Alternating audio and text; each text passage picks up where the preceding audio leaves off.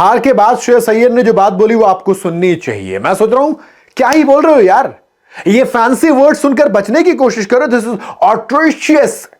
हार के बाद ऑन मॉर्गन का इधर आओ इधर आओ, हाँ इधर आओ इधर आओ, ये जो तुम खेले हो, ये तुम कप्तानी कर रही है क्या?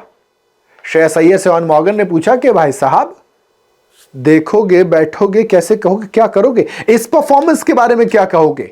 अय्यर ने एक फैंसी सा वर्ड निकाला, आई थिंक इट वॉज ऑट्रिशियस। ऑट्रिशियस, क्या इससे बेटर वर्ड हो ही नहीं सकता।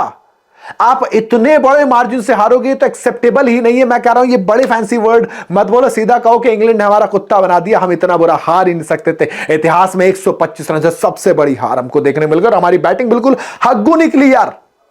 अब 76 बॉल आउट हो गए हम।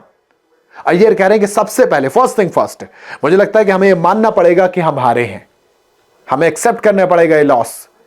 हम जाएंगे ड्राइंग बोर्ड पर और देखेंगे कि हम कहां पर गलती कर बैठे। विकेट को देखकर मुझे बिल्कुल नहीं लगा था कि ये 200 वाला विकेट है।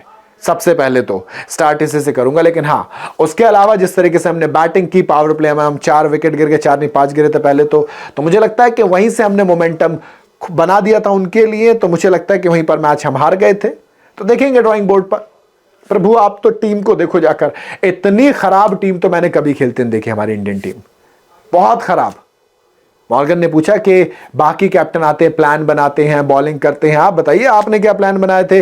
और जिस तरीके से गेम खेला बॉल और बैट के साथ, लग तो नहीं कोई प्लान बनाया। ये ने कहा कि देखो ऑनेस्टली बात यह है कि प्लान तो आप बनाते हो, जब टीम मीटिंग होती है प्लान बनते हैं, लेकिन जब आप ग्राउंड पर आ जाते हो तो फिर आपको अडेप्ट करना पड़ता है। चाहे आपका जो भी प्लान हो, ग्राउंड जैसे होता है, पिच जैसे खेल रहे होते हैं, आपको अडेप्ट करना होता है। आप लेंथ को एडजस्ट करते हो बॉल करते हुए इस विकेट पे।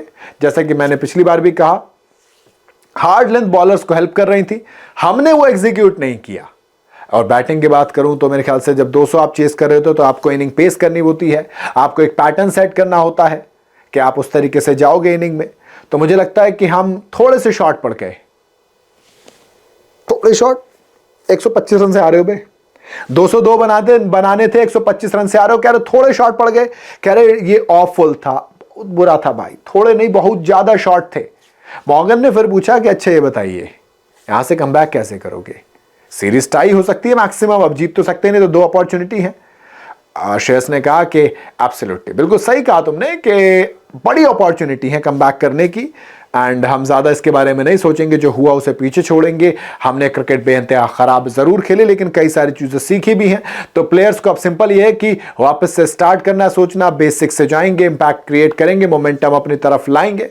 सो डेफिनेटली हर एक प्लेयर को अपने ऊपर देखना है और देखना है कि यहाँ से हम मैचेस कैसे जीत सकते हैं। वो रिस्पॉन्सिबिलिटी हम सबको लेनी पड़ेगी और वो चीज़ आएगी। अय्यर ने बोल तो दिया, लेकिन अय्यर रिस्पॉन्सिबिलिटी लेंगे खुद क्या कर रहे हैं। पहले मैच में 7 बॉल में 3 रन, दूसरे में 7 बॉल में 10 रन। आयरलैंड के अगेंस्ट ये था, इंग्लैंड के अगेंस्ट जरूर 68 रन बनाए थे, फिर 32 रन बनाए थे, शायद 32-33 जो भी थे, 4 बॉल में 5 रन। अय्यर को पहले एज अ बैटर भी अपने अंदर कॉन्फिडेंस लाना पड़ेगा मेरे हिसाब से, मुझे लगता है। उसके बाद एज अ कैप्टन भी चीज़ें करनी पड़ेंगी कुछ चीज़ें, लेकिन अय्यर पहले कप्तान है जो 5 मैच में 1 मैच भी नहीं जीत पाए हैं। तो ये एक बड़ी चीज होने वाली। लेट्स सी कि अय्यर कम बैक कर पाते नहीं, मुझे बहुत मुश्किल लग रहा है। बाकी आप बताइए अपना राय कमेंट के अंदर।